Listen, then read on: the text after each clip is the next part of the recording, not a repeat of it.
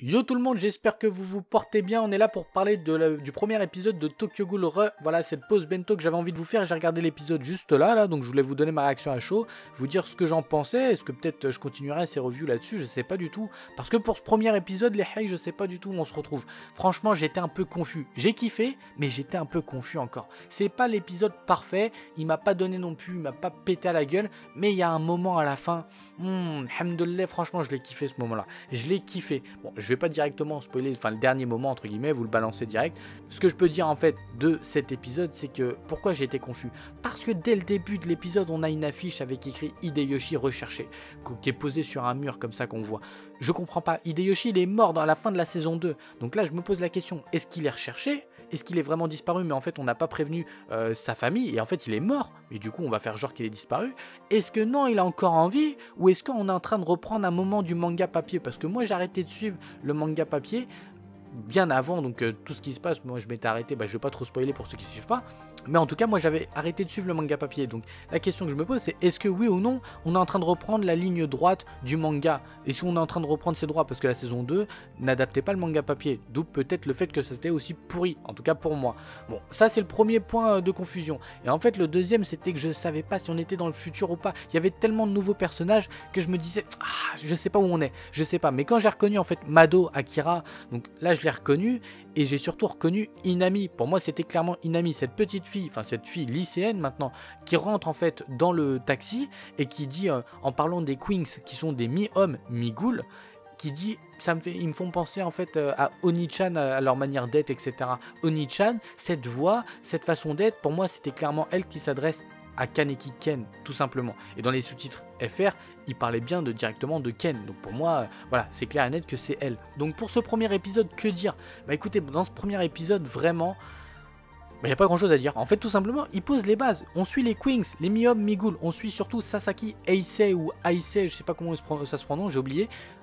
Ce mec qui ressemble vachement à Kaneki Ken un peu quand même. J'étais perturbé. Moi, quand on me pète des cheveux blancs comme ça, du Harima, du Sasaki, Kaneki, enfin je sais plus où on est, je sais plus qui est qui. Du coup, j'étais là, je me dis, attends, si on est dans le futur, est-ce qu'il y a une chance possible que ce Sasaki, ça soit Kaneki Ken? Et en sachant qu'à la fin de la saison 2, il se rapproche de Harima Kaneki, donc je me dis ok, peut-être qu'il s'est allié avec eux, et dans le manga papier, enfin bref, je vais pas spoiler, mais tout ça pour dire que j'étais un peu perturbé.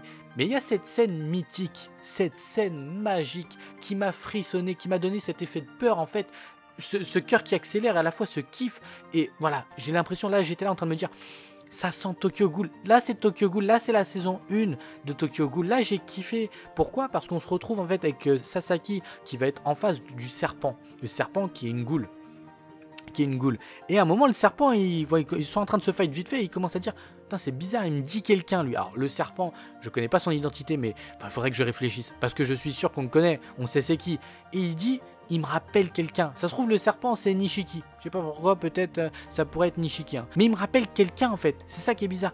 Et là il lui dit ça, et là du coup je me dis c'est obligé, c'est Kaneki. C'est Kaneki, c'est obligé, les highs c'est pas possible, c'est Kaneki. Et putain de sa mère, c'était Kaneki. Enfin du moins, pas Kaneki au terme du physique, parce que là, bon il a pas la ressemblance non plus, mais en fait il y a une image, une scène qui se passe où on se rappelle Lise, ou je sais plus comment prononcer la saison 1, la meuf qui a transformé en fait Kaneki, tout simplement. Cette image à la fin de la saison 1 où elle est sur une chaise, où Kaneki est sur une chaise, où on voit les carreaux noirs et blancs, cette même scène où en fait il se faisait torturer par Yakumo. Donc là je me dis, pour moi, voilà, c'est enfin Kaneki, mais qu'est-ce qui est fou dans le corps d'un autre? Je comprends pas. En fait, voilà, j'étais complètement confus. Cet épisode 1, pour moi, il m'a rendu confus, vraiment. J'aurais peut-être dû remater un peu Tokyo Ghoul, la saison 2, mais moi, elle était vraiment pourrie pour moi, que ça me fait tellement du mal de la remater. J'aurais peut-être dû la remater pour me mettre à jour là-dessus, pour essayer de retrouver en fait une suite. Mais même en la rematant, je pense pas que j'aurais tilté en fait.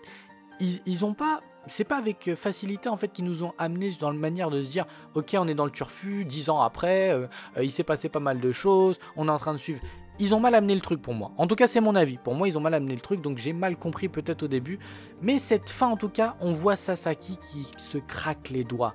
Et là je dis oui. Là, j'ai kiffé. Donc là, franchement, j'ai envie de savoir. Mais par contre, il y a aussi autre chose qui me turlupine. C'est la manière dont Kaneki il ressemble vachement à Lise. En fait, il est vachement dans ce côté de domination. Il veut prendre contrôle sur Sasaki, donc on imagine qu'il est dans son corps. Ah, qu'est-ce qui s'est passé? Kaneki, qu'est-ce qui s'est passé? Wallah, qu'on me dise pas que Kaneki il est mort et qu'en fait il est incrusté dans le corps de la personne et que c'est fini. Parce que moi je voulais voir une romance entre Kaneki et comment elle s'appelle, Kirishima Toka là.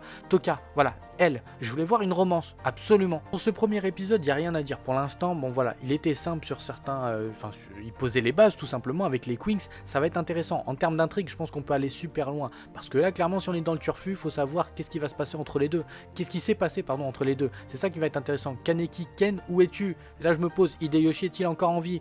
Il y a un moment, on voit une goule de rang SS, un mec, un vieillard qui bouffait ses enfants à l'orphelinat. Donc déjà, voilà, il a l'air d'être super puissant, super balèze. Sasaki, c'est qui? Il y a trop de questions en fait là. Pour l'instant, il y a trop de questions, mais on est dans l'épisode 1. Ce qui me fait peur, c'est que si on a 12 ou 13 épisodes pour Tokyo Ghoul Horror, on n'est pas un peu dans la merde parce qu'il y a tellement d'intrigues là, ça peut être super kiffant. Donc voilà, à voir comment ça va se développer. En tout cas, cet épisode il était pas mal. Moi, cette review, je vous laisse ici. J'espère que cette pause bento vous aura plu. On se retrouve pour de nouvelles aventures et de nouveaux animes très bientôt. Et sur ce, ciao!